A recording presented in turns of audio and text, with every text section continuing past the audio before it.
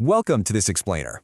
If you've ever felt like you're working harder than ever, putting in the hours, but somehow not actually getting any wealthier, you are definitely not alone. We are completely obsessed with income today, but we almost always ignore the actual mechanics of keeping that money.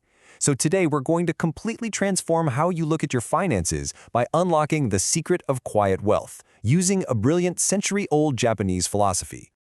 Let's start with Section 1, the leaky bucket trap. To really wrap our heads around this, picture two totally different ways to handle your money during a massive financial downpour. Imagine a guy holding a huge bucket. That bucket represents a super high income. But there's a catch. It has 100 holes drilled into the bottom. The cash pours in, sure, but it flows out just as fast, leaving him exhausted, stressed out, and frankly broke. Now contrast that with someone who has a much lower salary, represented by a small, solid steel cup. Because this person catches every single drop without any leaks, they eventually fill barrel after barrel. The reality is, making more money when you have bad habits is literally just pouring water into a leaky bucket. You don't actually get richer, you just speed up the flow of waste. Which brings us to Section 2, the invisible money problem. That leaky bucket, it's not entirely your fault. It feeds directly into a psychological trap built right into our modern economy. Corporations have literally spent billions of dollars to engineer something called frictionless spending. Think about it. When you pay for something with crisp, physical cash, your brain registers a very real psychological phenomenon known as the pain of paying.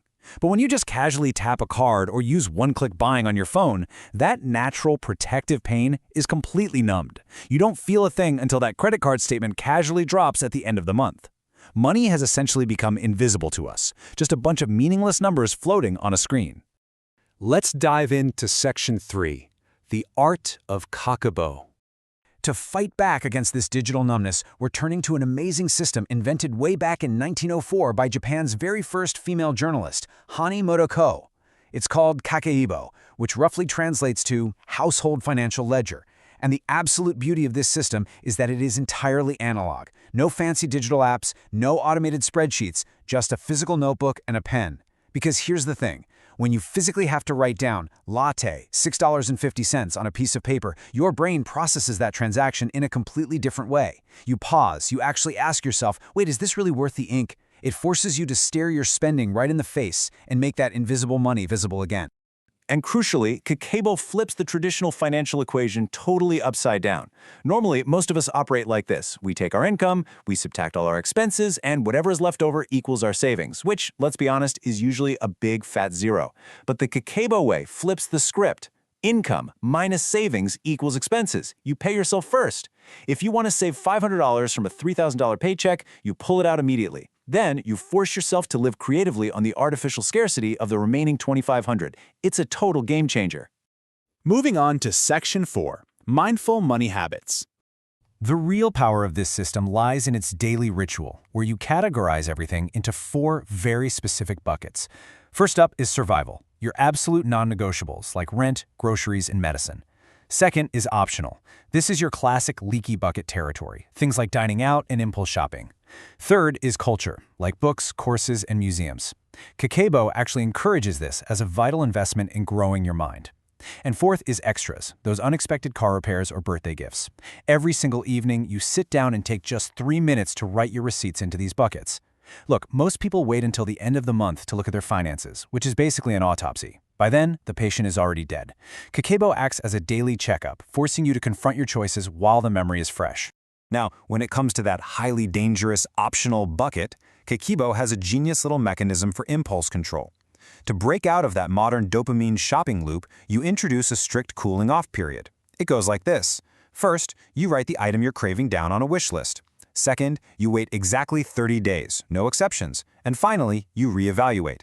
You know what happens? 90% of the time, the urge to buy simply vanishes. You realize you weren't actually in need, you were just bored, sad, or maybe just hungry. And boom, you just saved money by doing absolutely nothing.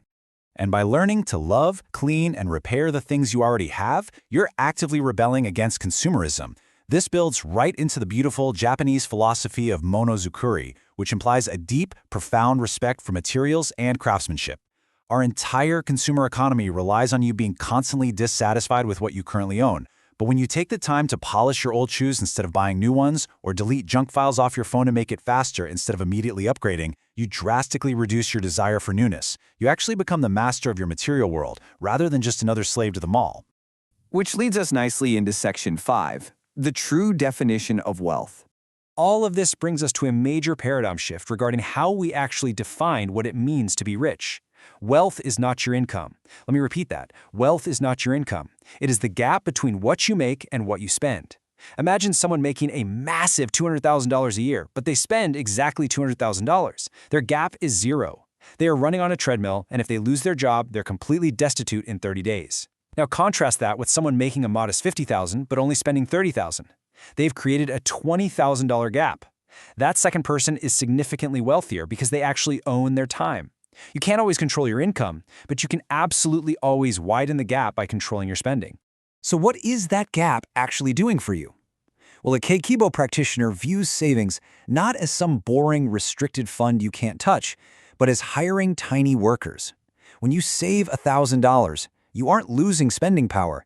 You are literally hiring 1,000 tiny workers to go out, invest, grow, and eventually buy you a day where you simply don't have to work. You are buying your freedom, day by day, dollar by dollar. And finally, Section 6, the 7-Day Kakebo Challenge. Ultimately, your life is a ledger, made up of limited time and limited resources. So we're challenging you, right now, to physically write down every single cent you spend on a real piece of paper for the next 7 days to find your leaks. Use a notebook, grab a napkin from a coffee shop, I don't care, just pick up a pen. I guarantee you will be totally shocked at how much invisible money you're accidentally setting on fire. Awareness is always the very first step to real change. So I want you to confess, what is that one small, sneaky, guilty pleasure expense that is secretly draining your wallet right now? Let us know in the comments below. Take the vow to master your money so it doesn't master you and start patching that bucket today. Thanks so much for joining me, and I'll catch you in the next Explainer.